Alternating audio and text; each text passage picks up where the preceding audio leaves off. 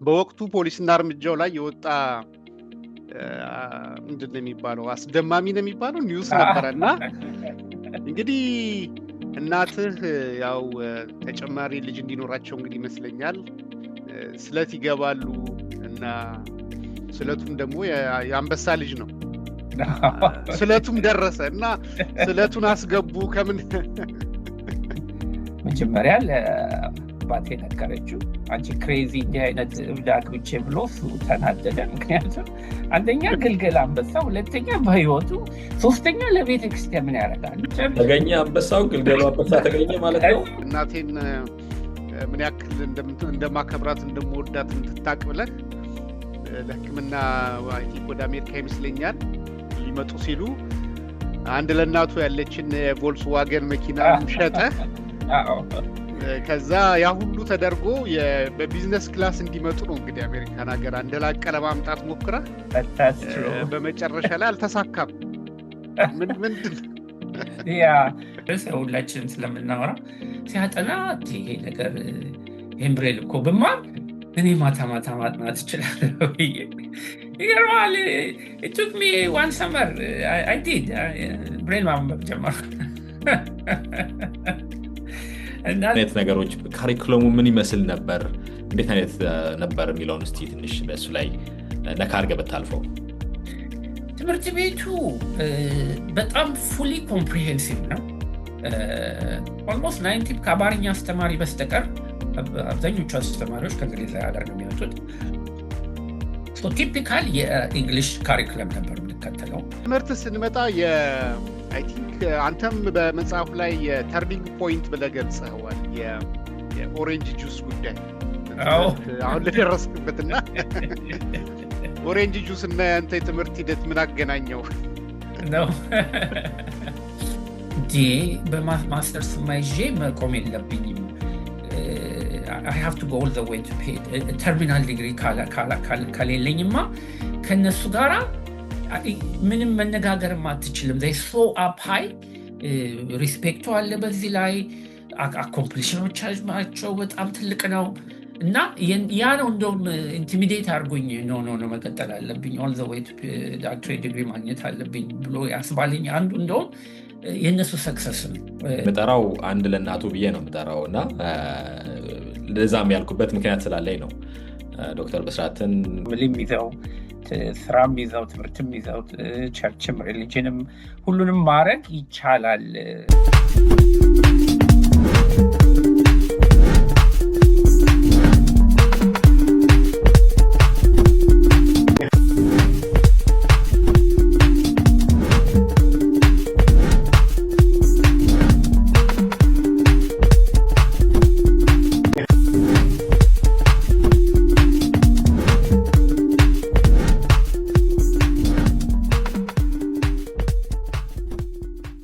ተመልካቾቻችን እንግዲህ ድጋሚ አይ ቲንክ በቅርብ ጊዜ ነው ባለፈው ከዶክተር ጀማል ጋር ኢትዮጵያ ውስጥ ያለ ሐኪም ነው፣ ፓቶሎጂስት ነው እና ደግሞ በክሊኒካል ሪሰርች ላይ ሰፊ ክሊኒካል ትራያሎች ማኔጅ በማድረግ የሚታወቅ ነው እና እሱ ፕሮግራም ላይ ይዘንላችሁ ሄደናል። ብዙ ኮመንት ደርሶናል እና በጣም ዶክተር ጀማልም ለመርዳትም ፈቃደኛ ነው እና ክሊኒካል ትራያል ላይ ኢንተረስት ያላችሁ ሰዎች ሪች አውት ልታረጉ ትችላላችሁ እዛው በጠቀስነው አድሬስ ላይ። ዛሬ ተቀራራቢ የሆነ እና በጣም ሰፊ ልምድ ያለው ፕሮፌሰር ነው ይዘን የመጣ ነው። እንግዲህ ብቻዬን ስላልቻልኩኝ የእሱ ተማሪ የሆነውን ዶክተር አሌክስን እንግዲህ ከዚህ በፊት ታውቁታላችሁ፣ ኦንኮሎጂ ላይ ኤፍዲኤ ነው የሚሰራው እና እሱን እዚህ እንደ ኮሆስት አድርጌ ይዤው መጥቻለሁ ማለት ነው እና ፕሮፌሰር ሁለት መጽሐፎች በእንግሊዘኛ አሉት። አይ ቲንክ በአማርኛም አንድ የተተረጎመ አለ እና እዚህ ታያቸዋላችሁ፣ አማዞን ይገኛሉ እና በኢንተረስቲንግሊ በተለይ አሁን በቅርቡ ያነበብኩት ጀግኒንግ አክት የሚለውን የህይወት ተሞክሯቸውን ከኢትዮጵያ መነሻ ጀምሮ የሃይ ስኩል ጀምሮ አጠቃላይ የሄዱበትን የትምህርት ሂደት የአሜሪካ ሴትልመንቱን አጠቃላይ ደግሞ የኢንተርፕረነርሺፑን እነዚህም በሙሉ የዳሰሰ ፕራክቲካል የሆነ በተለይ ደግሞ በፕሮፌሽናል ለሆኑ ኢትዮጵያኖች በጣም ጠቃሚ የሚሆን መጽሐፉን አግኝቼዋለሁ እና እሱ ላይ በተወሰነ መልኩ እንሄድበታለን እና እዛ ከመሄዳችን በፊት እንደው አጠር አድርጌ ለማስተዋወቅ ያክል ፕሮፌሰር ብስራት እዚሁ አሜሪካን ሀገር በፉል ፕሮፌሰርነት በሃዋርድ ዩኒቨርሲቲ ቫይስ ቼር ነው፣ ቢዝነስማን ነው፣ ቲቸር ነው። እሱ በመጽሐፉ ላይ ብዙ ቦታ ላይ የተለያዩ ኮፍያዎችን እያጠለቀ ነው እንግዲህ የጠቃቀሳቸው።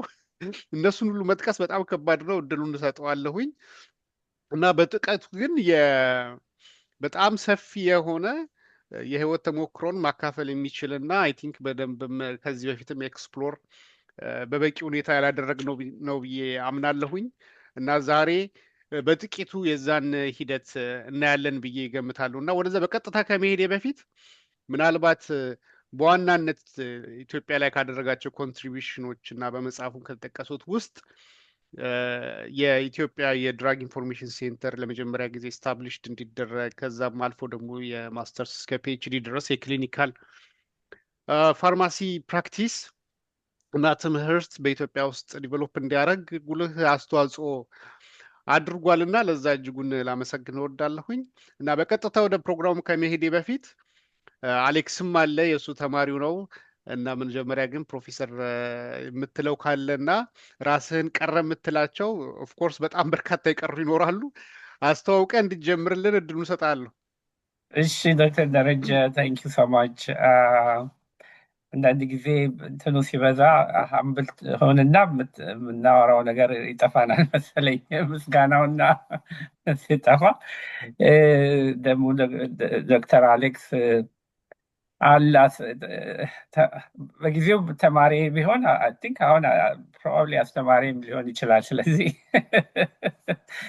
የሁለቱን ማገናኘት አለብን። ታንክ ዩ ጊዜያችሁን ወስዳችሁ እናንተም እዚህ መጥቼ ሼር እንዳደርግ እና ዋናው እንግዲህ እዚህ መጽሐፍ ኢንሴንቲቭ ምንድን ነው? ሰዎች ድሪማቸውን ፉልፊል ማድረግ ይችላሉ የሚል ነገር ነው። ፋሚሊም ይዘው ስራም ይዘው ትምህርትም ይዘው ቸርችም ሪሊጅንም ሁሉንም ማድረግ ይቻላል እና ይኸውና እኔ እንዴት እንዳደረግኩ እስቲ ከኔ ተማሩ።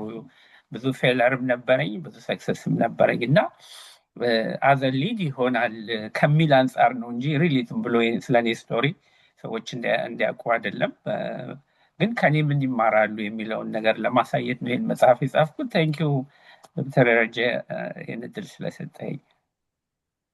አሌክስ ምናልባት ከዚህ በፊት ያላዩ ሰዎች ካሉ ራስን አስተዋውቅልንና እንጀምር። እሺ አመሰግናለሁ ዶክተር ደረጀ ለዚህ እድል ስለሰጠኸኝና በጣም የማከብረውን በጣም ኢንስፓየር የመሆንበትን ሰው አብሬ ኮሆስት እንዳረግ ስለጋበዝከኝ በጣም አመሰግናለሁ። ዶክተር ብስራት እንግዲህ እንደኔ እኔ የምጠራው አንድ ለእናቱ ብዬ ነው የምጠራው እና ለዛም ያልኩበት ምክንያት ስላለኝ ነው። ዶክተር ብስራትን እንግዲህ መጀመሪያ በአስተማሪነት ነው የማውቀው። ከዛ በፊት ደግሞ አንድ ሜይ ቢ ከዚህ በፊት ነግሬው ሊሆን ይችላል፣ ላያስታውስ ይችላል። እኔም ብቻ ሳይሆን አይ ቲንክ እናቴንም አስተምሯታል እና በሌላ አስፔክት ነው። መጀመሪያ ስሙን የሚገርምህ ያወቅኩት በእናቴ በኩል ነው እና በጣም የሚገርም አስተማሪ፣ ኢትዮጵያ አስተማሪ፣ እንዴት አይነት ጎበዝ አስተማሪ። እናቴ በፕሮፌሽኑ አስተማሪ ነች። ወደ 27 ዓመት አስተምራለች ኢትዮጵያ ውስጥ እና ታውቃለች ብዬ አስባለሁ። ጉድ ሞራል ካራክተር እንትን ጀጅ ማድረግ ትችላለች ብዬ አስባለሁ እና በጣም ጎበዝ አስተማሪ፣ እንዴት አይነት ጎበዝ አስተማሪ ያገኘው መሰለህ ብላ ስትነግረኝ ነው ያኔ ነው ስሙን ፎር ዘ ፈርስት ታይም ኢንትሮዲውስድ የሆንኩት ዶክተር ብስራትን እና በጣም ደስ ብሎኛል። ይሄን እድል ስላገኘሁኝ ዶክተር ብስራት ስላገኘሁ በጣም ደስ ብሎኛል። ሉኪንግ ፎርዋርድ ቱ ኮንቨርሴሽናችን እና በዛ እንግዲህ ጥያቄ ለመማር ዝግጁ ነኝ ለማለት ነው። ዶክተር አይ ቲንክ ምናልባት የአዲስ አበባ ቆርቋሪዎች ናችሁ ማለት የምችላለሁ ይመስለኛል። 1950ዎቹ እዛ ከተወለድክ እና ደግሞ እድለኛ ምን ሳስበው በቅድመ አያቶችም እንደዚህ ባሉበት ነው ያደግከውና ምናልባት ልጅ በመጽሐፍ ውስጥ እንደጠቀስከው እኔ ስወለድ ምን ትመስል ነበር ብላ ነበረ ዓለም ወይም ደግሞ ህይወትና እንዴት ነው አንተ ስትወለድስ እንዴት ነበር? አዲስ አበባ ምን ነበር የምትመስለው? በዛ በአቅራቢያ በልጅነት የምታስታውሰው? እንግዲህ እኔ የተወለድኩት ያው ሌት 50s ላይ ነው። ያው ኦፊሻሊ ሲኒየር ሲቲዝን ሆኛለሁ አንድ 3-4 ዓመት በፊት። ስለዚህ ታንጋት አመሰግናለሁ እግዚአብሔርን ለዚህ ስላደረሰኝ። በእኛ በተወለድን ጊዜ አዲስ አበባ ልጆች ሆነን ሳቅ ትዝ ይለኛል። 500,000 ሞላ የአዲስ አበባ ህዝብ ተብሎ እንደ ጉድ ሲወራ ትዝ ይለኛል። 500,000 ማለት እንግዲህ 500,000 ማለት ነው። ዛሬ 12-15 ሚሊዮን ሳይሆን አይቀርም። አይ ዶንት ኖ አሁን ያለውን ነበር፣ ግን ያኔ እንደዛ መሆኑ በጣም ይገርመኝ ነበር። እህል፣ ምግብ፣ ኑሮ 50 ብር ነበር ሚኒመም ዌጅ። ለረጅም ጊዜ 50 ብር ነበር። አንድ ወር ሙሉ ሰው ሰርቶ 50 ብር አግኝቶ ራሱን አስተዳድሮ ቤተሰቡን አስተዳድሮ የሚኖርበት ደሞዝ ነበር። ኦፍኮርስ ይሄ ሁሉ ሶሻል ሚዲያው ስማርትፎኑ ምንም ነገር አልነበረም፣ ዲጂታል። በኋላ አባታችን ቲቪ ገዛ በኢንስቶልመንት በአመት ሊከፈል ተገዝቶ፣ ያው ብላክ ኤንድ ዋይት ነው እና ድሮ አባባ ተስፋ የሚባሉ ህፃናት ጆክ የሚያመጡ ነበሩ። ቅዳሜ ቅዳሜ የሰፈር ልጅ ሁሉ እኛ ቤት ነበረ ቲቪ ለማየት የሚሰበሰበው ማለት ነው። በየቦታው የለም። ያኔ ወጣቶች ሆነን ልጆች ሆነን በ50 ሳንቲም 3 ሙቪ ነበር የምናየው። እህል ዋይዝ አባቴ በኋላ ፋርሚንግ ገብቶ 100 ኪሎ በቆሎ በ10 ብር ነበር የሚሸጠው። በኋላ 11 ብር ሆኖ እንዴት እንደተደሰተ አስታውሳለሁ። እና ኢቨን በኋላ ቲኔጅ ሆኜ እንኳን ስራ ገብቼ ማይ ፈርስት ጃብ በቀን 4 ብር ነበር ደሞዛችን እና ጉድ ጥሩ ማለት ጥሩ ነበር። ቀኑ ሙሉ ሰርተን 4 ብር ነበር የምናገኘው። ግን ያው አት ሴም ታይም ደግሞ ያው ኮሚኒቲው በጣም ክሎዝ ነበረ። ቡና መጠጣት ተጠራርቶ አካባቢው በሙሉ ሰው ብቻውን አይበላም ጎረቤቱን ሳይጠራ። ገንዘቡ ትንሽ ሆኖ ግን እና በዛን ጊዜ እኔ የማስታውሰው ለማኝ የሚለምኑ ሰዎች አንደኛ ከቤተክርስቲያን ውጭ አታገኛቸው፣ በቤተክርስቲያን በራፍ ላይ ከመቀመጥ። ሁለተኛ አብዛኞቹ ዲሴብልድ የሆኑ ናቸው እንጂ ናን ዲሴብልድ የሆነ ሰው ልመና የሚባል ነገር የለም። ገንዘቡ የለም፣ ግን ሰማው ሰው በበረከት የሚኖርበት ጊዜ ነበር። አብዛኛው ገበሬ ነው። ኦልሞስት አሁንም ቢሆን ብዙ ገበሬ አለ ኢትዮጵያ ውስጥ እና ልጆች ሆነን አይ ዶንት ኖ መኪና ያለው ሰው ኢስ ላይክ ፕሪቪሌጅ ነበር። እያንዳንዱን የመኪና ታርጋ እኛ ሰፈር አሁን እናቅ ነበር፣ ምክንያቱም መኪኖቹ ጥቂት ናቸው። የማን ታርጋ ማን እንደሆነ ስለምናቅ ገና ሲመጡ ከሩቁ ነው አይደንቲፋይ የምናደርጋቸው። ይሄን ይመስላል በጊዜው የነበረ አኪን ቶክ ሞር። ግን ፋሚሊነቱ እርስ በርሱ አሁን ሰፈር ውስጥ ያሉ ሽማግሌዎች የታወቁ ናቸው። አቶ ከሌ ቤት ከተባለ እና ሌላው ደግሞ ሁሉም አባትና እናቶቻችን ናቸው። ኤኒዌር ዘይ ዋች አስ። በጣም መከባበር አለ፣ ቤተሰብ ማክበር አለ፣ ታላቅ የማክበር ነገር በጣም ቢግ ዴል። ጎረቤት ያሉ ሰውዬ በልተው ካሉኝ ተው ነው፣ እዚያ አትጫወቱ ከተባለ አትጫወቱ ነው። እንደዛ አይነት እንትን ነበር። ለመማር ጉጉት ነበረን። ትዝ ይለኛል ቡሄ ሄደን ጨፍረን ገና በ78 ዓመት የምናገኘውን ገንዘብ ትዝ ይለኛል ሄደን አሮጌ መጽሐፍ ገዝተን የሂሳብ መጽሐፍ 3ኛ ክፍል ገብተን ቁጭ ብለን ስናነብ ትዝ ይለኛል። ያን ያህል ኮሚትመንት ነበር በልጅነታችን እና ብዙ ዲስትራክት የሚያደርገን ነገር የለም። ቀኑ ሙሉ ስንጫወቱለን ወይ ሲርበን ነው ወይ ሲደክመን ነው ወደ ቤት የምንገባው እና እንደዛ አይነት ላይፍ ስታይል ነበር የነበረው ማለት ነው። ሌት 50s early 60s አይ ቲንክ አንተ እንደው እንትን ብለው ነው እንጂ ሀብታም ነበራችሁ። ምክንያቱም በሲኪሲው ቴሌቪዥን ከነበራችሁ በእኔ እድሜ ራሱ አስታውሳለሁኝ። ቴሌቪዥን ያው የተወሰነ ቤት ነው የሚኖረው፣ ቴሌቪዥን እና ስልክ እና ቴሌቪዥን በተለይ ደግሞ የዓለም ዋንጫ ሲኖር ሰው ቤት ማስቸገር፣ ሌሊት ቁጭ ብሎ እዛ ኳስ ማየት ያ በጣም አይ ቲንክ ብዙ ኢትዮጵያኖች የሚያስታውሱት እንትን ነው ብዬ አስባለሁኝ። እውነት ነው። ስልክ ነበር። ለምሳሌ ስልኩ አብዛኛውን ጊዜ ያው ዳንቴል ለብሶ ቁጭ ነው የሚለው፣ ቁልፍ ይደረግበትና እንዳይዞር ሰዎች አቢዩዝ እንዳያደርጉት እና የጎረቤት ሁሉ ይጠራል ስልክ ሲደወልለት። ቆይ ጠብቁ ተብሎ ሄደን ጠርተን አምጥተን እንደሱ ነበረ። አባቴ ኮሎኔል ነበር ድሮ በኃይለ ሥላሴ ጊዜ እንጀራ አባቴ።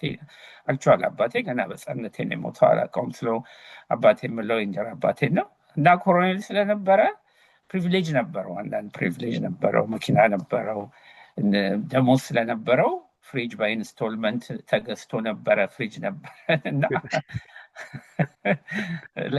እንደሱ አይነት ድሎች አጋጥሞናል። በጣም ኢንተረስቲንግ። አይ ደግሞ ቤተሰቦችህም አይ ቲንክ አሁን በተለይ አይ ቲንክ ቅድመ አያትህ ወይ እንደዛ መሰለኝ እዛው መጽሐፉ ላይም ጠቅሰዋል። የአቡነ ተክለ ሃይማኖትን ከሌሎች መነኮሳት ጋር ሆነው እንደዚህ ስታብሊሽ ያደረጉም ናቸው እዛ አዲስ አበባ ውስጥ አይደል? የአቡነ ተክለ ሃይማኖት ማለት አሁን ተክለ ሃይማኖት ጋር ያለ ቤተክርስቲያን ማለት ነው። ዋና ፋውንደርስ ናቸው። እንግዲህ ምንድነው የሆነው ከተወለድን በኋላ ገና በሕፃንነቴ ነው፣ ገና 3-4 ዓመት ቢሆነኝ ነው አባቴ ሲሞት እና እናቴ አቅም አልነበራትም። ያው ሴቶች በዛን ጊዜ አይሰሩም፣ ዲፔንደንት ናቸው። ሰው ቅድመ አያቴ ሁላችንንም ሌሎቹንም የልጆቻቸውንም ሁሉ ሰብስበው ኑ እኔ ጋ ነው የሚኖሩት ብለው ሰብስበው ያኖሩን ነበር። ስለዚህ ፈርስት 6-7 years ከእናቴ ጋር ሳውል የኖርኩት ከቅድመ አያቴ ጋር ነበር እና ቅድመ አያቴ ሲነግሩን ያን ጊዜ ትልቅ ናቸው። ተክለ ሃይማኖት ቤተክርስቲያን ከሌላ ቦታ መጥተው ታቦት ይዘው መጥተው ስታብሊሽ አድርገው የቆረቆሩ እሳቸው ናቸው። እዛ አካባቢ ለነሱ ቦታ ሲሰጥ ለእኛም ቦታ ተሰጥቶ የምንኖረውም እዛው ተክለ ሃይማኖቱ አካባቢ ነበረ ለረጅም ጊዜ እና ያን ጊዜ አይሰሩም፣ ፉልታይም ነው የሚሰሩት አብዛኞቹ። እኔ እንጃ ደሞዛቸው በአመት 100 ብር ይሆን እንዲህ በጣም ትንሽ ገንዘብ ነው። ግን ያው ምግብ ችግር የለም። ሰው በየተለያየ በፍታቱ፣ በሰርጉ፣ በደስታው፣ በሀዘኑ ምግብ ያመጣል፣ ይዘው ይመጣሉ ቤት ውስጥ። በኋላ ግን ቢዝነስ ከፍተው ትልቅ ቤቶች ሰርተው ማከራየት ከጀመሩ በኋላ በቃ ፋይናንሻሊ ስቴብል ሆነው ነበር እና ደርግ መጥቶ ቦታውን ወስዶ ሌላ ሪፕሌስመንት እስከሚሰጣቸው ድረስ እዛ አካባቢ ሰፋፊ አዳራሾች፣ ቦታዎች ሰርተው እያከራዩ ይኖሩ ነበር። ስለዚህ ፋይናንሻሊ ዜሮ ኦኬ ጥሩ ነበሩ። በኋላ ከተወሰነ ጊዜ በኋላ 8 ዓመት ነው 9 ዓመት እንደዚህ ሲሆነኝ እናቴ በኋላ በጣም ጨቅጭቀው ካላገባች ቢኮዝ ገና ያኔ ያው በ15 ዓመት ነው የሚያገቡት ሴቶች እና ባይ ዘ ታይም አባቴ ሲሞት ገና 20 ውስጥ ነበረች። ስለዚህ እንደገና መልሳ ስታገባ ከዛ በኋላ ሙቭ አድርጌ ሄድኩ ማለት ነው። ያ ኢንተረስቲንግ። አይ ቲንክ አሌክስ እየገረመ ነው አይደል? በጣም በጣም የሚገርም። አይ ይሄ ብቻ ሳይሆን እኔ የገረመኝ ማለት ምንድን ነው ከማህበረሰቡ አይ ቲንክ በተወሰነ ደረጃ የተማረ ወይም የነቃ ቤተሰብ ይመስለኛል። ምክንያቱም የሴት አያት ራሱ ሱቅ ነበራቸው ፉሪ ላይ እና ሳስበው ምናልባት እንደው ጊዜ ኖሮ የወንድ አያትህንም ታውቃለህ። ምናልባት እነሱ እንግዲህ በሚኒሊክ ጊዜ ወይ በአድዋም ጊዜ ይኖራሉ ብዬ አስባለሁኝ፣ በተለይ በአባት ወገን። አዎ እንግዲህ ሞር በእናቴ በኩል ያሉት፣ በአባቴም በኩል በጣም የአጎት ቅድመ አያት አጎት ምንድን ነው የሚባለው? የአያት ወንድም ስቲል አጎት ነው የሚባለው መሰለኝ። እነሱ በጣም የቢዝነስ ሰዎች ነበሩ። መርካቶ ውስጥ ትልቅ የቦዳ የሚሸጡት ነበሩ። በኋላ እኔም ደርሼበታለሁ።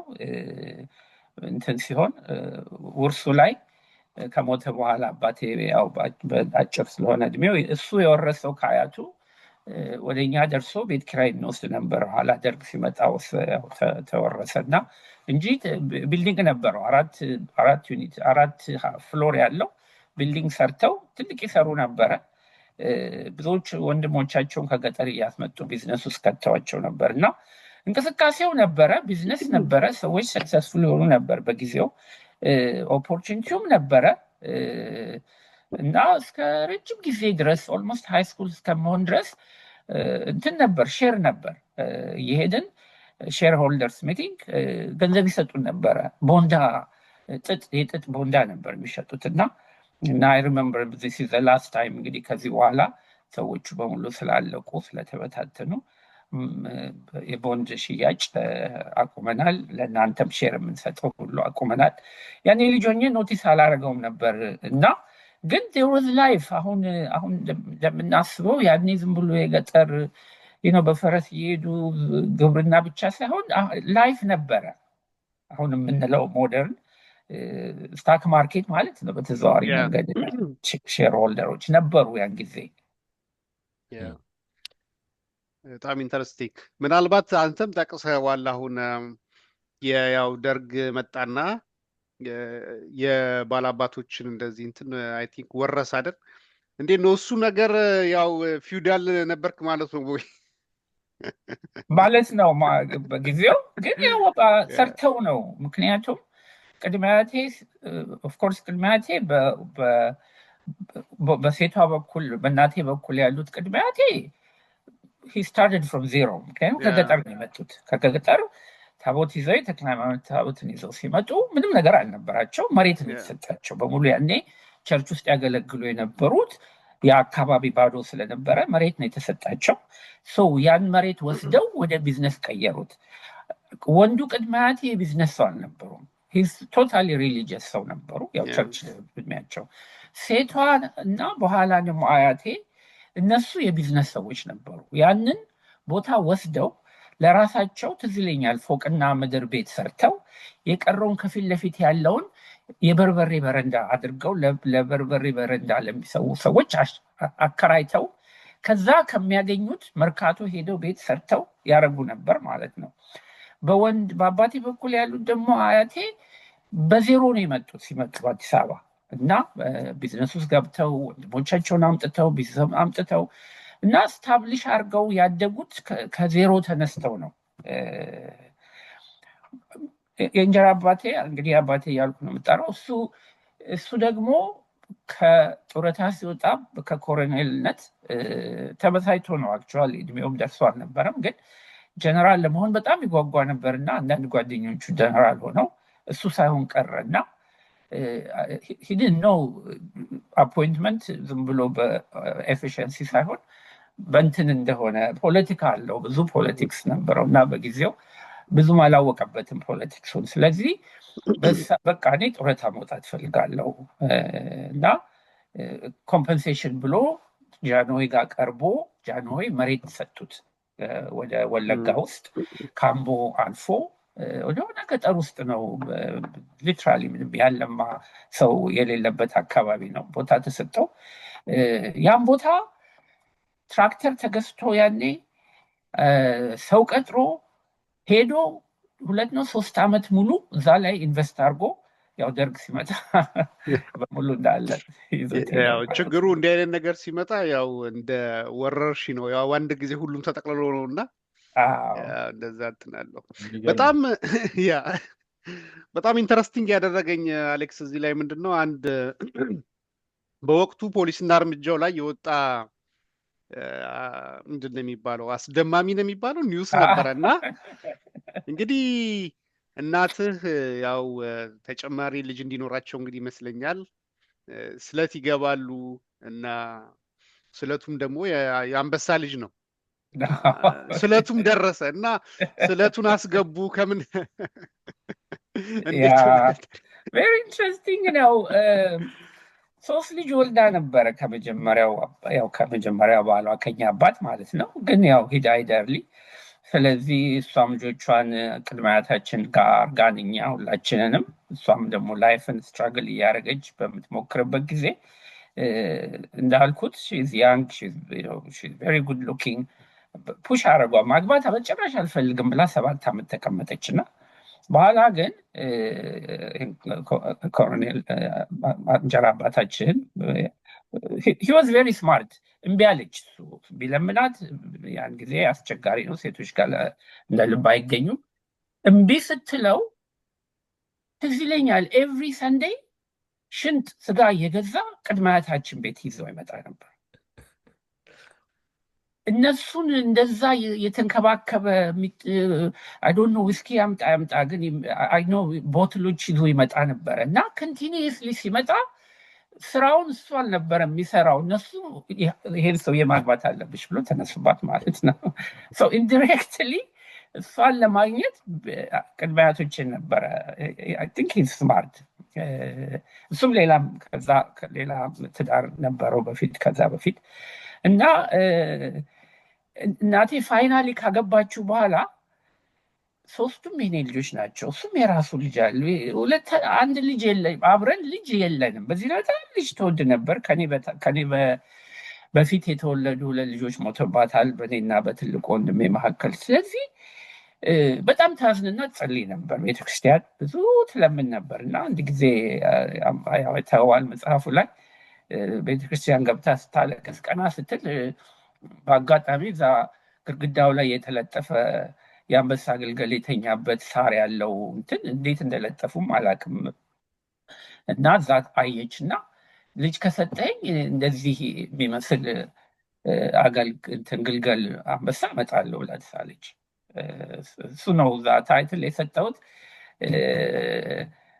እግዚአብሔርን ከመጠይቃችሁ በፊት ቢደርስ አደርገዋለሁ ወይ ብላችሁ ጠይቁ የሚል ነገር በእንግሊዝኛ ብዬዋለሁ። እና አንዳንዴ ዊሽ የምናደርገው አይደርስም ከሚል አንጻር ኦፍኮርስ ይደርሳል ብላ አይደለም። እሷም አይ ዶንት ቲንክ አስበው አይመስለኝም እንጂ ለሰከንድ ለደቂቃ ከየት አመጣለሁ ብላ ማሰብ ነበረባት።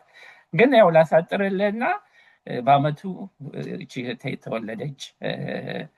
ረሳችሁ፣ ስለቱን ረሳችሁ ማለት ዋን ታይም ነው፣ አመት በፊት ነው ያደረገችው። እና በኋላ ነው መታመም ጀመረች እና በኋላ ደጋግማ ስትታመምባት ነው። አይ ዶንት ኖ ኮኢንሲደንሱ።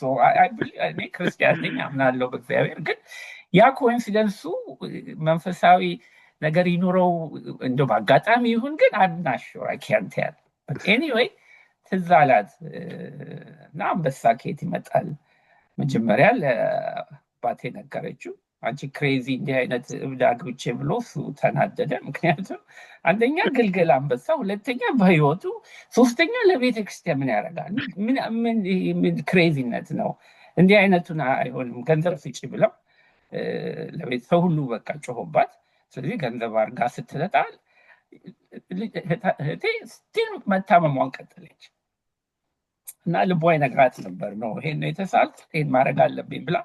ኤኒዌይ እንዴት እንደተገኘ የሚገርም ነገር ነው ታሪኩ። ኦል ዘ ዌይ ሄዶ የጀነራሎች እና እነዚህ ኮሎኔሎች ሚቲንግ በየጊዜው አለ፣ ትልቅ ስብሰባ አላቸው በጊዜው። ያኔ በኃይለ ሥላሴ ጊዜ ነው።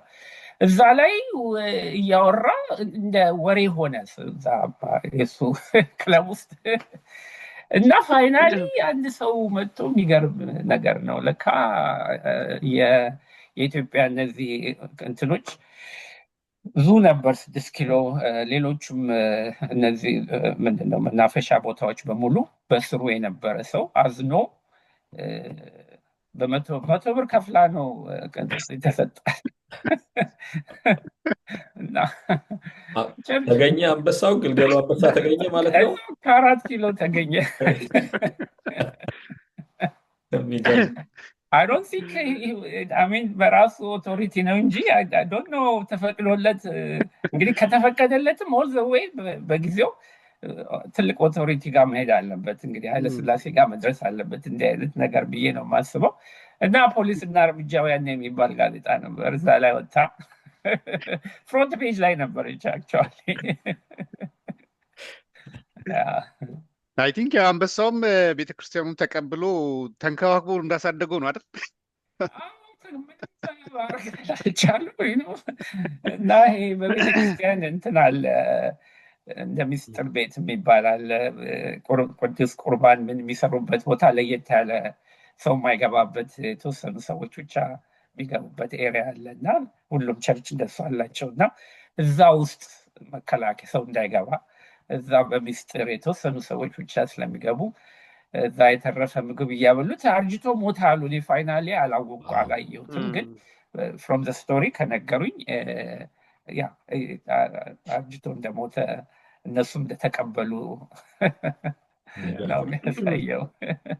ያቺ ልጅ አሁን ኦፍኮርስ ሺ ፓስድ አዌይ ላስት ይር፣ ግን ሶሪ 3 ልጆች ወልዳ አንደኛው ዶክተር ሆነ፣ አንደኛዋ ነርስ ነች፣ አንደኛዋ ትልቅ የሪል ስቴት ቢዝነስ ውስጥ ከባሏ ጋር ገብታ ቬሪ ሰክሰስፉል ሁሉም እዚህ ሀገር።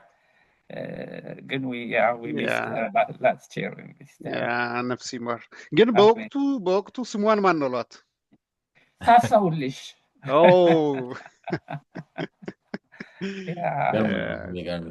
በጣም ኢንትረስቲንግ ታሪክ ነው።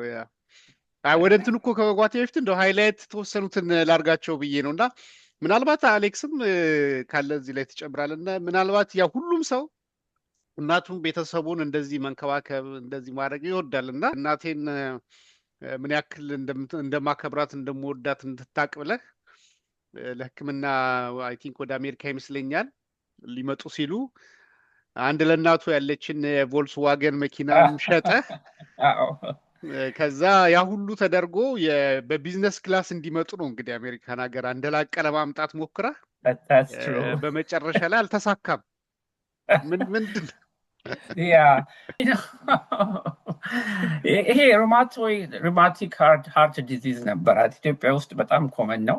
በልጅነታቸው ሶርትሮት ይዛቸው እና ጉሮሮ ቶንሲላቸው ቶሎ ካልታከሙና ወደ ሕክምና ካልወሰዱበት ኦቨርታይም ያ ባክቴሪያ ይሄድና ልቡ አንደኛው ቫልቭ ላይ ይቀመጥና ከጊዜ ብዛት የተነሳ ቫልቭን ያደክመዋል። ስለዚህ ልቡ ሲመታ ደሙ ወደ ላይ ወደ ሰውነታችን በመረጨት ፋንታ የተወሰነው ይመለሳል እዛ ውስጥ እና ሎንግ ተርም ያው ሃርት ፌለር የሚባል በሽታ ያመጣል፣ ድካም ያመጣል። ብዙ ሲምፕተም አለ። ብዙ ሰዎች ነበሩ። አክቹዋሊ የመጀመሪያው ትሪፕ ኢትዮጵያ መሄድ የጀመርኩት ዶክተር አስፋው የሚባሉ ይሄንን ሰርጀሪ የሚያደርጉ ሰው ነበሩ እና ኢትዮጵያ ሄደው ትዝ ይለኛል አንድ ትሪፕ ላይ 30 ሰው ማድረግ ሲችሉ 300 ሰው ነበረ ስክሪን ተደርጎ የሚጠብቃቸው እና በጣም የተጎዳውን መርጠው ነበረ ሰርጀሪ የሚያደርጉት። እና በጊዜው ይሄ ሰርጀሪ አሁን ተጀምሮ ኢትዮጵያ ውስጥ እንደሆነ አላውቅም፣ ግን እሳቸው የነበሩ ጊዜ ለማሰልጠን ሞክረው ነበረ። ሰው በእሷ ጊዜ አልነበረም። ደግነቱ ባይዜን እዚህ ሀገር ነው ያለው እና ቪዛ አገኘላት እና መምጣት ነበር። በጣም የደከማት መምጣት ሲጀምር መምጣት ነበረባት እዚህ ሀገር እና ስትመጣ ትኬት ለመግዛት እኔ ቆብ ገብቼ በጊዜው አንድ ቮልክስዋገን 5,000 ብር ብዙ ነው። 5,000 ብር ያኔ ደሞዛችን 550 ብር ነበር። የፋርማሲ 575 ብር የሚባል ስኬል ነበር። ተቆራርጦ 450 ብር ለዚህ ይመጣል።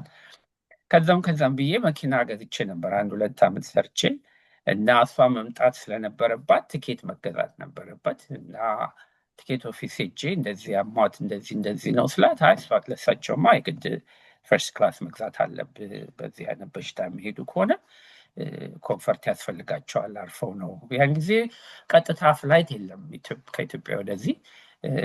ኢትዮጵያ አየር መንገድ እንግሊዝ ሀገር ያመጣል።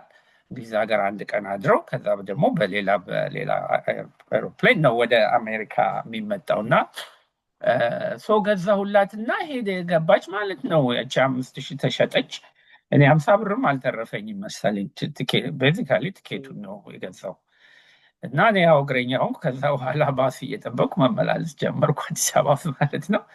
ግን አይ ዋዝ ሶ ሃፒ ምክንያቱም እሷ መታከሟን ነበር የምፈልገው። እና አውሮፕላን ውስጥ ስትገባ ያው ፈርስት ክላስ እኔ ቢዝነስ ክላስ እና ፈርስት ክላሱ አንድ ነው። በተረፈ ደግሞ ኢኮኖሚ ነው። እና እዛ ፈርስት ክላስ ገብታ ቁጫ አስተካክለዋት ደግሞም ነግረናቸው ስለነበረ በጣም ኢንተርቴን እያደረጓት እያለች በመሀል ሽንት ቤት መሄድ ፈልጋ ስትወጣ ከሩቁ ኢኮኖሚ ክላስ ጓደኛቸው ሰፈሯ ልጅ አንድ ሰፈር የሆኑ ሴት ታያለች። እሳቸው ወደ አሜሪካ ልጃቸው ጋብዟቸው ነው የሚመጡት።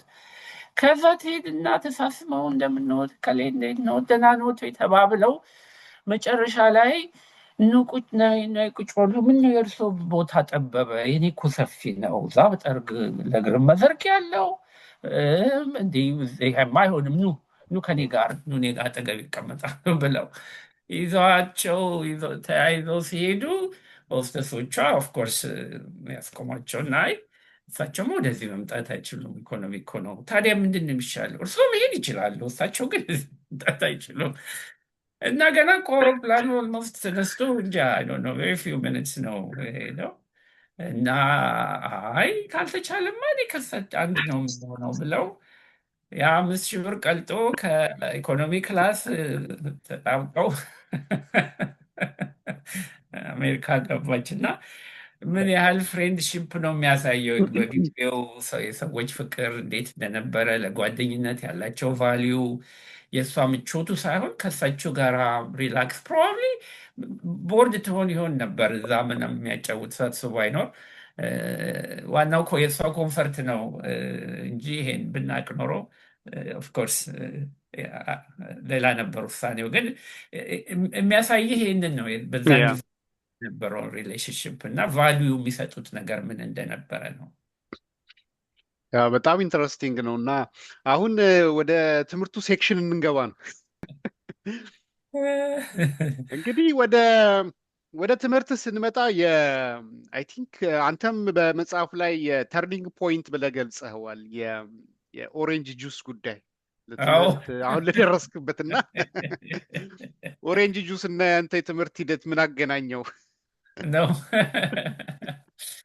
ያው እንግዲህ ትምህርት ኢትዮጵያ የተማርነው የሚገርም ነገር እኮ ኢትዮጵያ ዋን ኦፍ ዘ ፑረስት ካንትሪ፣ ግን ለዜጎቿ ያው በነፃ ነው የተማርነው። ኮሌጅም ሃይስኩልም ያኔ አይሰማኝም ነበረ። ግን እኔ ወን አይ ፔይ ኦቨር $40,000 ለልጄን ኮሌጅ ለማስተማር ወንዱንም እንደዚሁ አት ዋን ፖይንት ኦልሞስት 60,000 ብር እየከፈልኩ ሳስተምር ነው። ማይ ግድነስ እንደ አዲስ አይኔ የተከፈተው።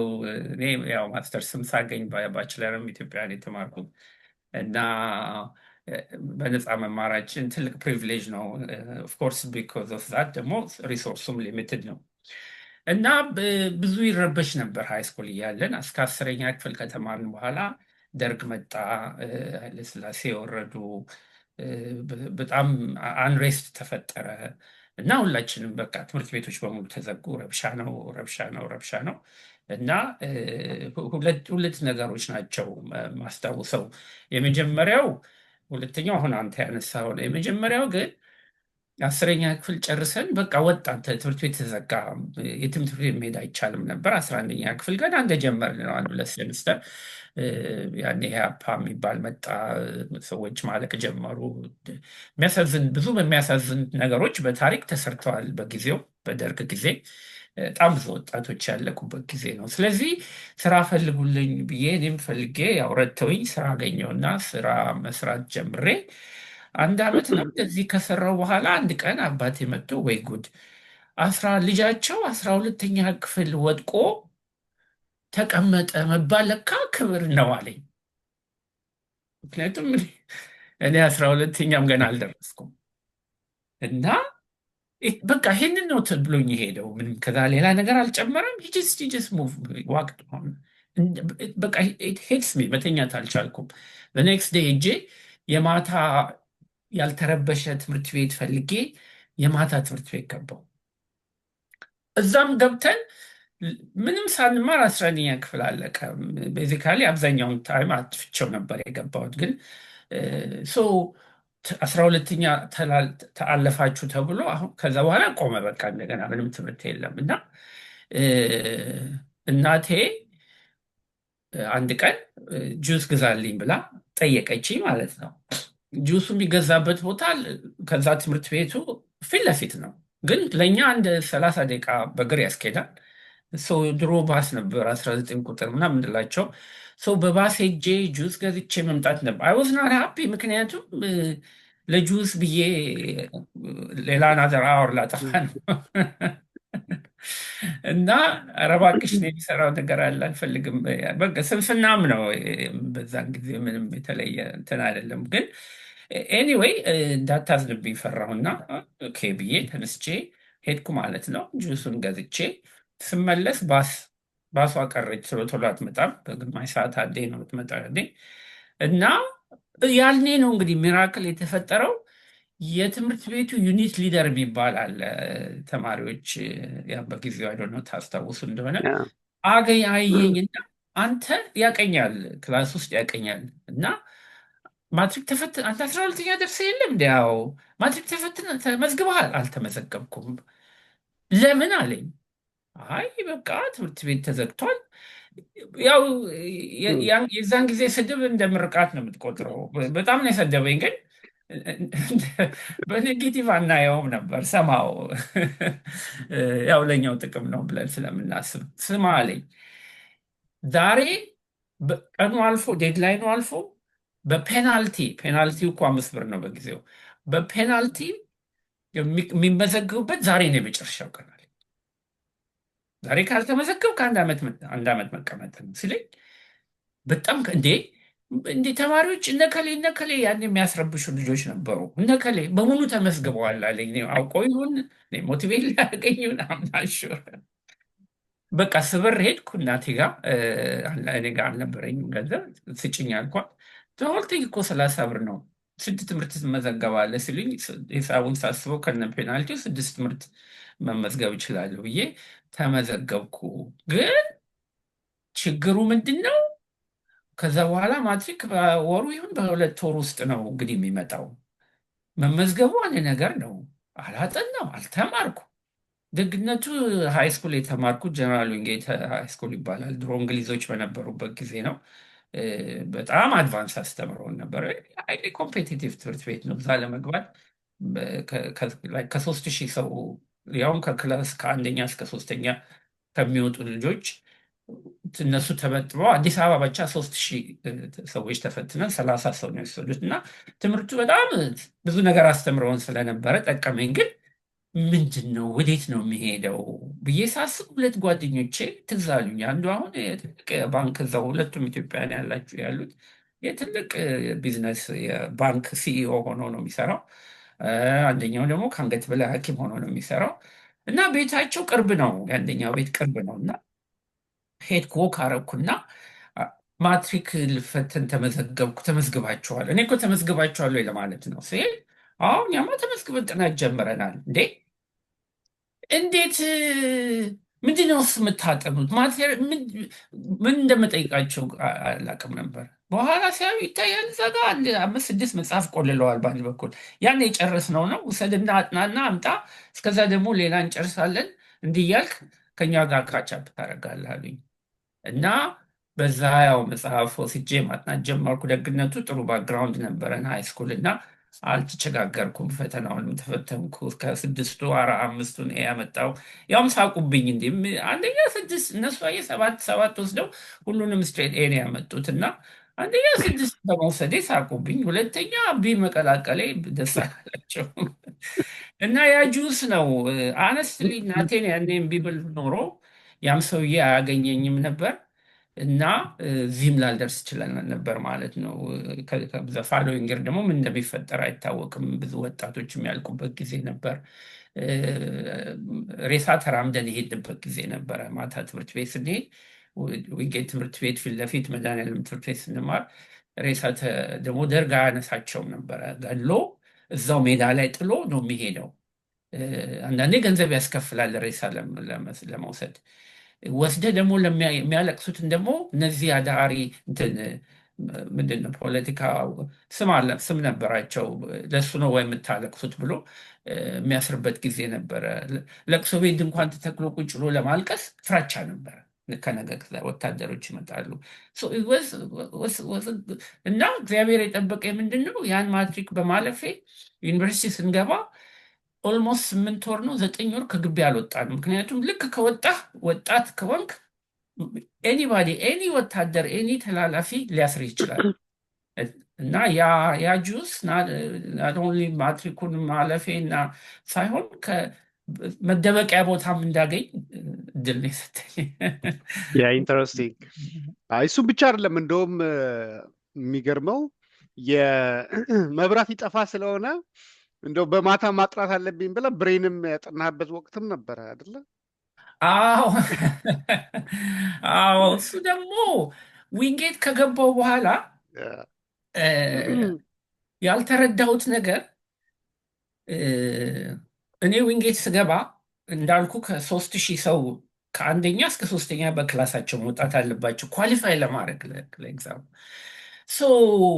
እርግጥ እኔም ከ1ኛ እስከ 3ኛ ነበር 8ኛ ክፍል የወጣሁት። ስለዚህ ኳሊፋይ አድርጌያለሁ። ግን የኔ ጓደኛ አባቱ ዊንጌት የሚያስተምሩ ልጅ ሳሙኤል ሰለሞን ይባላል። አሁንም እንገናኛለን።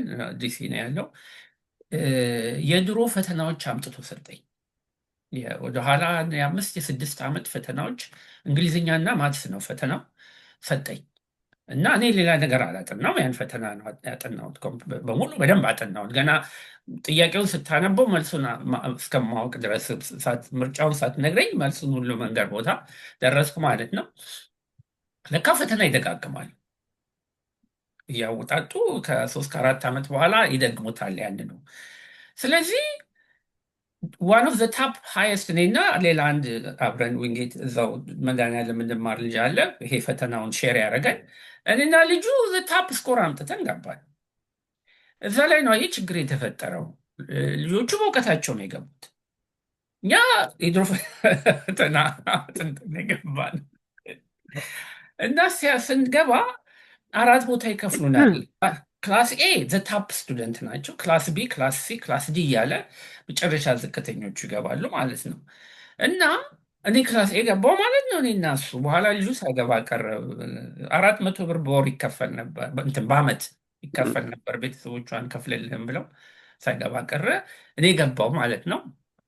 አብዛኞቹም በስኮላርሽፕ ብዙ የሚማሩ ነበሩ። እና ፈተና የመጀመሪያው ፈተና ሴምስተር ላይ ከ30 ተማሪ 29ኛ ነው መሰለኝ የወጣሁት። እንደዛን ጊዜ በህይወቴ አልቅሼ አላውቅም። ምክንያቱም ሁልጊዜ አንደኛ ከመውጣት በስተቀር በሁለተኛው ክፍል እንደው ትዝ ይለኛል አንድ ሴት በልጣኝ 2ኛ በመውጣቴ እንዴት እንደተናደድኩ 11ኛ ክፍል እስከዛሬ ድረስ። ደግሞ ማቃት ልጅቷ ደግሞ ጓደኛዬን አግብታ አብረው ነው የሚኖሩት፣ እንገናኛለን።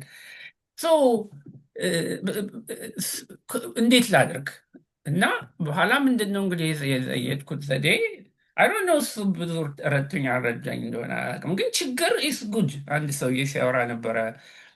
ምግብ ተበስሎ በደንብ በስሎ ሲቀርብ እንዴት እንደሚጣፍጥ እኛም መብሰል አለብን። ያ ሙቀት ሂቱ ነው የሚያበስለው እና ችግር ሲፈትነን ጣፍጠን እንወጣለን የሚል አቀራረብ ሲያወራ ሰምቸው ነበር። እና ጓደኛ ያለ አጠገቤ ያለ ልጅ ነው፣ አይነ ስውር ነው። ወል ሊጋሊ ብላይንድ ነው፣ ግን ያ ትንሽ ወክ ለማድረግ ለምናምን ያው እንትን ይላል እና ብሬል ይችላል። በብሬል ነው የሚያጠናው። እና ልጆች ስለሆንን ያየ ገና 9ኛ ክፍል ተማሪዎች ስለሆንን ይመጡና ዶርሚተሪ ውስጥ ነው የምኖረው።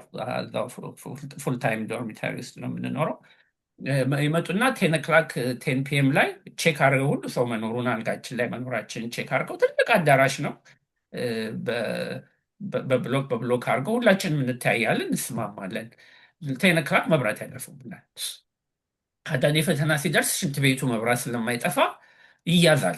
3 4 ሽንት ቤት ነው ያለው፣ ሁሉም ይያዛል። ስለዚህ ምንም መሄጃ ቦታ አይኖርም።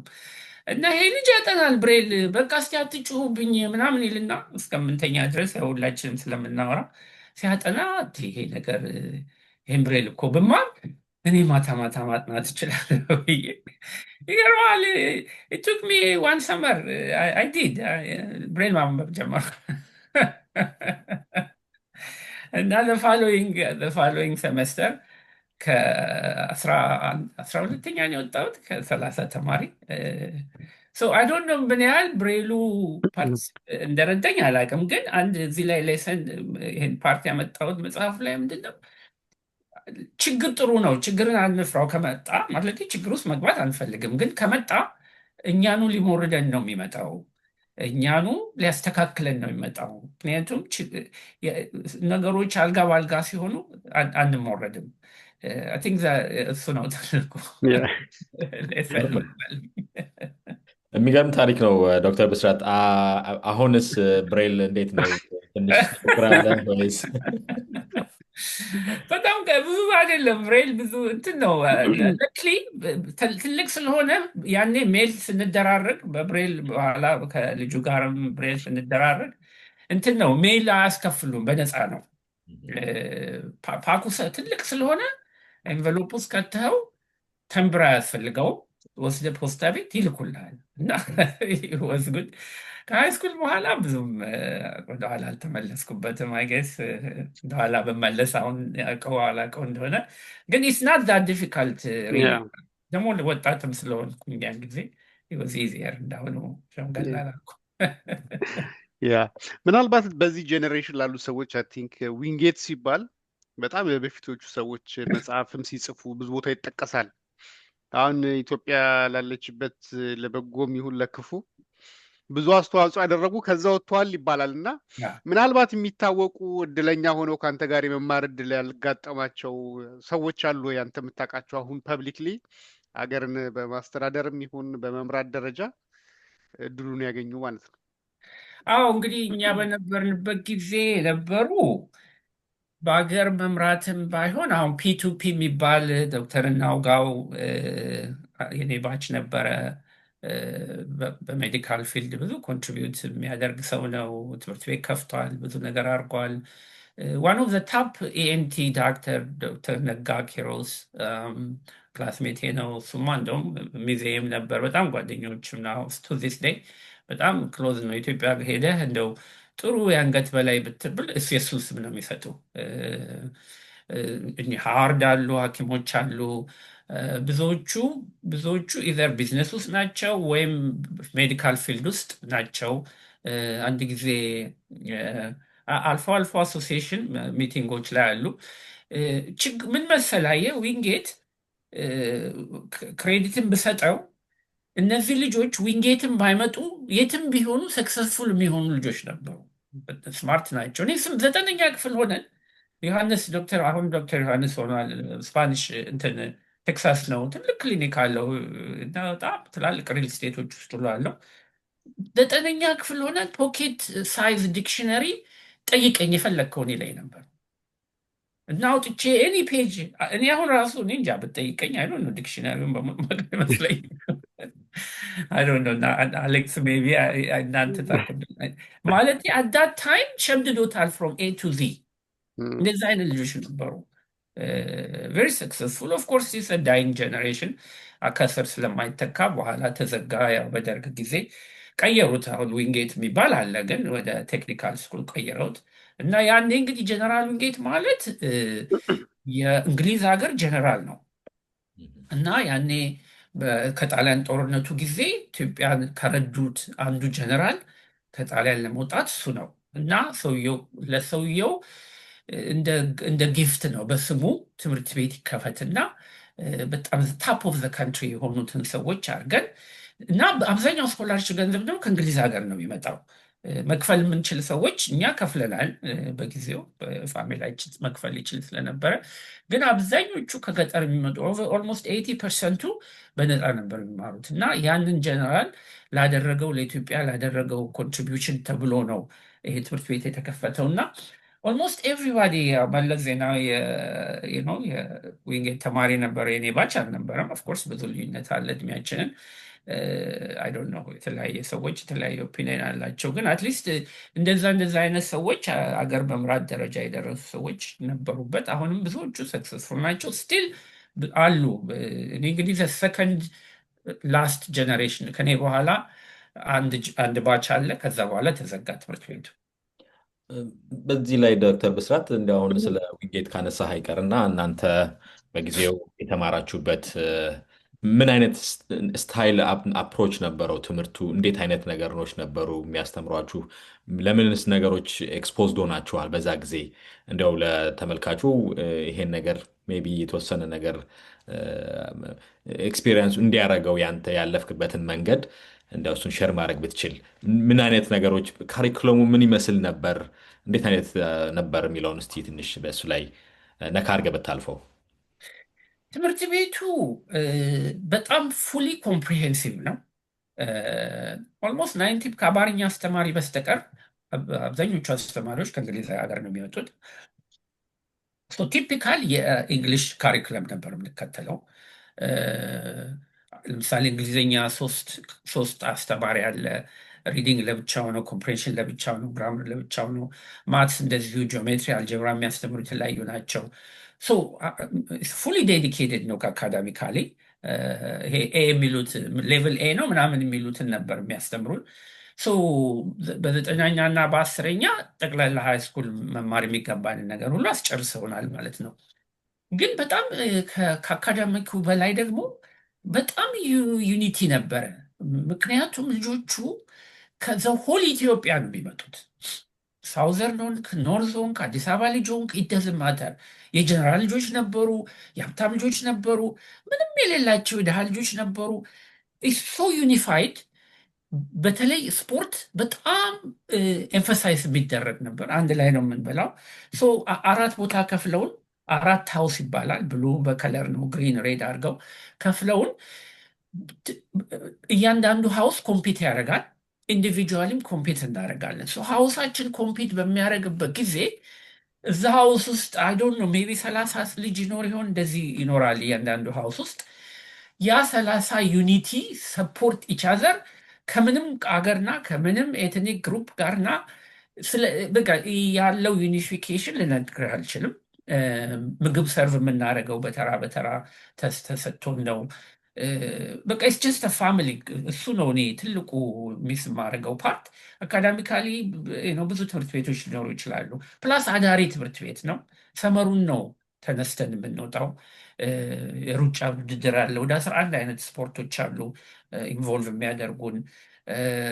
ደግሞ አውትሳይድ ደግሞ እንትን ኤክስትራ ካሪኩላር አክቲቪቲዎች ደግሞ አሉ። እኔ አሁን ለምሳሌ እንትን ሜምበር ሆኜ ያኔ ፊልም ዲቨሎፕ ማድረግ የፊልም ኮሚቴ ውስጥ ገብቼ ብዙ ፊልም ፒክቸር እያነሳን ዲቨሎፕ እናደርግ ነበር። ላይብራሪ ውስጥ ሰርቻለሁ። ያ ዩኒቲ እና እንትን አላየሁትም። ከዛ በኋላ እንግዲህ አዲስ አበባ ዩኒቨርሲቲ ተሳቀን ከዛሬ ከነገ ወታደር መጣ እየተባል ሌሊት እንቅልፋችን እያጣን ጀስት ዲፍረንት ላይፍ። ከዛ ከወጣን በኋላ እንደዛ ዩኒቲ ያለው እንትን አይቻላቅም። ያ አሌክስ ቀጥል። ኖ አይ ቀጥል ደሬ። በጣም ተመስጬ ነው ያዳመጥኩት። አይ በጣም በጣም ኢንተረስቲንግ አንዳንድ ነው። ነገሮች ሳገኝ እገባለሁ። ያ በጣም እሺ። ምናልባት እንግዲህ ከእንትኑ እንዳልወጣብህ እንጂ ሪፍሌክት ማድረግ ከቻልክ ያው ብዙ ሰዎች በግራም በቀኝም ሀሳብ ይሰጣሉ። እንደው ያ ትውልድ ይባላል አደለ? እንግዲህ በአንዳንዱ በጣም በቃ የማይተካ ነው ይባላል። ሌላ ደግሞ አገሪቷ ለገባችበትም እንደዚህ የተለያየ ደረጃም ይጠቀሳል። እና ምናልባት በእናንተ ትውልድ ኮንቴክስቹዋላይዝ ማድረግ አገሪቷ የነበረችበትን ኮንቴክስት ማድረግ ትንሽ እዛ ጋር ኦፍ ትራክ ወጥተዋል ብለህ ታስባለህ? እንግዲህ ምን መሰለህ፣ ደርግ እንግዲህ የደርግ ኤክስፒሪየንስ ነው አብዛኛው። በኢህአዴግ ጊዜ ስላልነበርኩኝ የደርግ ጊዜ በእኛ በወጣትነታችን ጊዜ የነበረው ደርግ የተወሰኑ ጥሩ ነገሮች ያደርጋቸዋሉ። ለምሳሌ ሊትሬሲ፣ ሰው ሁሉ እንዲያነብ ፑሽ ማድረግ፣ እድገት በህብረት ተብሎ ብዙ ወጣቶች ኔጌቲቭን ፓርት ቢኖረው ግን ደግሞ ኮንትሪቢዩትም አድርገዋል ለገጠሩ። የገጠር ኑሮ ላይፍም እንዲማሩ አድርጓቸዋል። ሞር ምቹር እንዲሆኑም አድርጓቸዋል። ግን አንዱ ትልቁ ነገር ደርግ ያደረገው መጥፎ ነገር ቢኖር እኔ ትዝ ይለኛል። ዊንጌት ትምህርት ቤት 10ኛ ክፍል ተማሪዎች ሆነን አብዛኞቻችን በማትስ እና በአንዳንድ ሳይንስ 80 ውስጥ እናመጣ በቃ ዊ ወር ሴሌብሬቲንግ። እና ምክንያቱም ታፍ ነበር ጥያቄ ፈተናቸው፣ የሚያወጡት ፈተና በጣም ዲቴል ስለነበረ 80 ውስጥ አምጥተን ዊ አር ሶ ፕሊዝድ በምንሆንበት ጊዜ 99 የሚያመጣ ልጅ ነበር። እና ኢቨንቹዋሊ ሀፓ ሆነ፣ ፖለቲካ ውስጥ ገባ፣ ገደሉት መንገድ ላይ።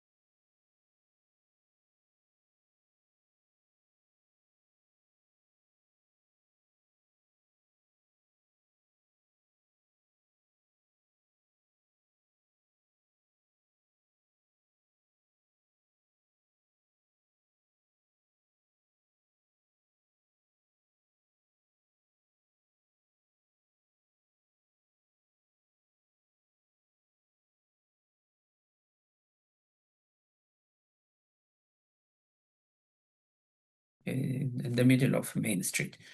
በዛን ጊዜ በጣም ብዙ ስማርት ጭንቅላት የነበራቸው ልጆች በሙሉ ፖለቲካ ውስጥ በመግባታቸው ምክንያት አልቀዋል። ያ ጀኔሬሽን ቢግ ጋፕ ነው የተፈጠረው። አገር ሊመሩ የሚችሉ ልጆች ከሀገር በላይ በዓለም በኢንተርናሽናል ደረጃ ሊወጡ የሚችሉ ልጆች በፖለቲካ ምክንያት አልቀዋል። እሱ ነው ትልቁ ጋፕ የተፈጠረው። በእድገት በህብረት ብዙዎቹ ከሄዱ በኋላ ሲመለሱ በቃ አንዳንዶቹ አባንድን ያደረጉ ትምህርትን፣ እዛ ታመው መጡ፣ የሞቱም ነበሩ። ዓላማው በጣም ጥሩ ነበረ። ለምን ገጠር ውስጥ ገብቶ ህዝብን ማስተማር ትልቅ ነገር ሲሆን፣ ግን አት ሴም ታይም አደራረጉ፣ አሰራሩ ልክ ስላልነበረ፣ ደርግ አንስቴብል ስለነበረ በጊዜው ከኢህአፓ ጋር ትልቅ በኋላ ደግሞ ከሌሎቹም ፓርቲዎች ጋር ከዛ ውስጥ ወጥቶ ራሱን ችሎ ኮንፊደንት ኖሮት እስከሚኖር ድረስ ስታፍ እኔ አይ ሪመምበር ሃይስኩል ተማሪ ሆነን በግድ ውጡ ተብለን አብዮት አደባባይ ጋር ሰልፍ ተጠርተን አይ ዶንት ኖ 10ኛ 11ኛ ክፍል ሆኜ ይሆን እንደዚህ ነው አካባቢ መንግስቱ ኃይለማርያም ቆሞ በቀይ ቀለም የተሞላ ጠርሙስ አድሃሪዎችን፣ ዌስተርንን፣ ካፒታሊዝምን እንደዚህ ነው የምናደርገው እያለ እየሰጡት ያንን ቀይ የተሞላ ከለር የተሞላ ደማቸውን እንደዚህ ነው የምናፈሰው እያለ እዛ አደባባይ ላይ ሳፈስ አይ ዋዝ ዜር ኢን ፐርሰን።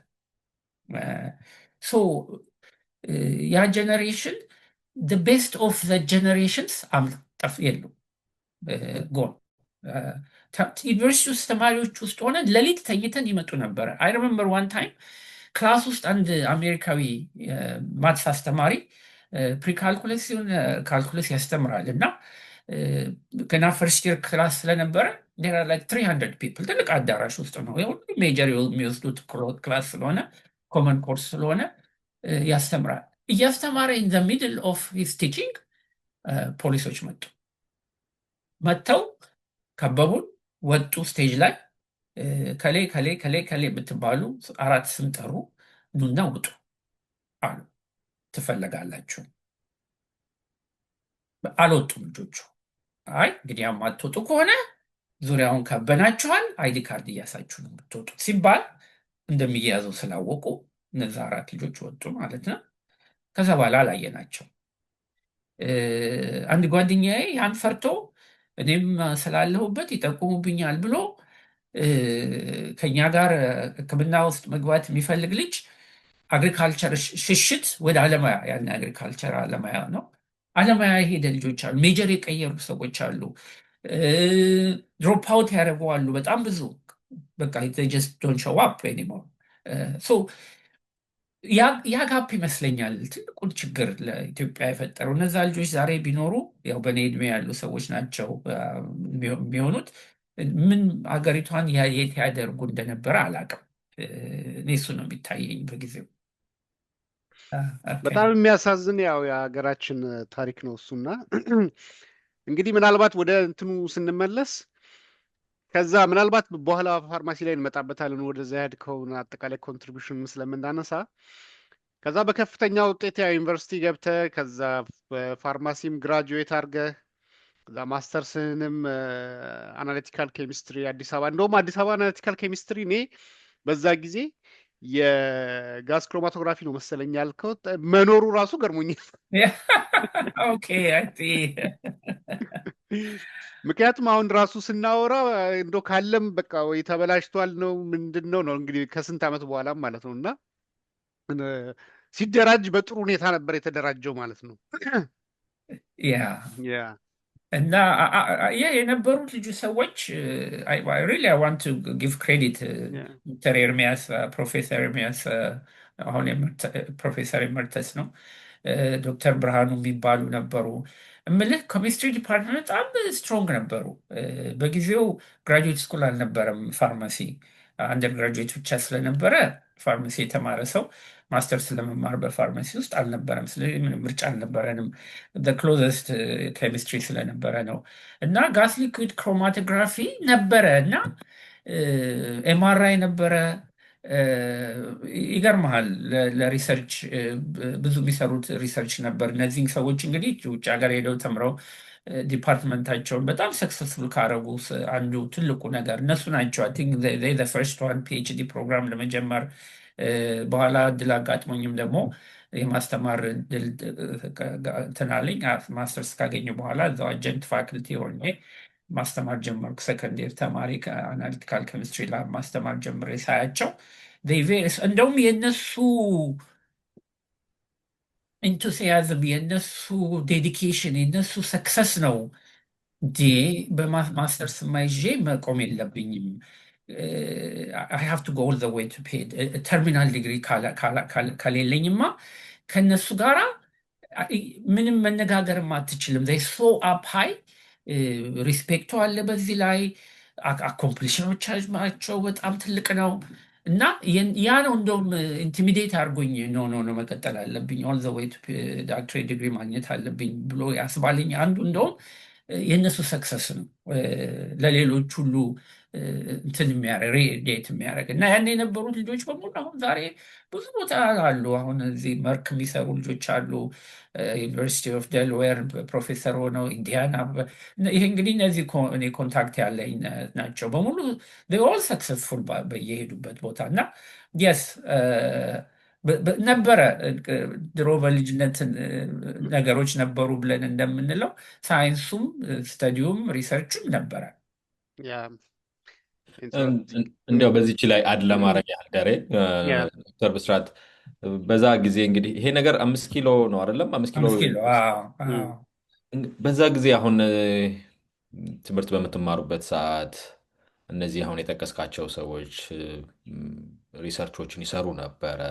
በጊዜው ፐብሊሽ ይደረጉ ነበር ወይስ እንዴት ነበረ? በዛ ጊዜም ስራቸውን እንዴት ነበር የሚያስተዋውቁት ለሰዎች? እና ሲያስተዋውቁስ በምን መልኩ ነበር የሚተዋወቀው? ፐብሊሽ ከተደረገ ደግሞ ምን የሚባል ፐብሊኬሽን ነበር በጊዜው? አሁንስ አለ ወይ? እንዲያው ዝም ብዬ ትንሽ ከዛ ሳትወጣ ይሄን ነገር ብታስረዳኝ ብዬ ነው። አዎ ፐብሊሽ ያደረጉ ነበር ግን ችግሩ ምንድን ነው? ሀገር ውስጥ ያለው ሰው የእነሱን ፐብሊኬሽን አንደርስታንድ የሚያደርገው በጣም ትንሽ ነው።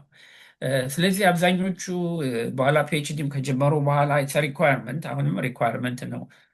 ፓርት ኦፍ ግራጁዌት ፕሮግራም ዩ ሃቭ ቱ ሃቭ ኢዘር ፐብሊሽድ ኦር ፐብሊሸብል የሚሆን ማኑስክሪፕት ማዘጋጀት ሪኳየርመንት ነው።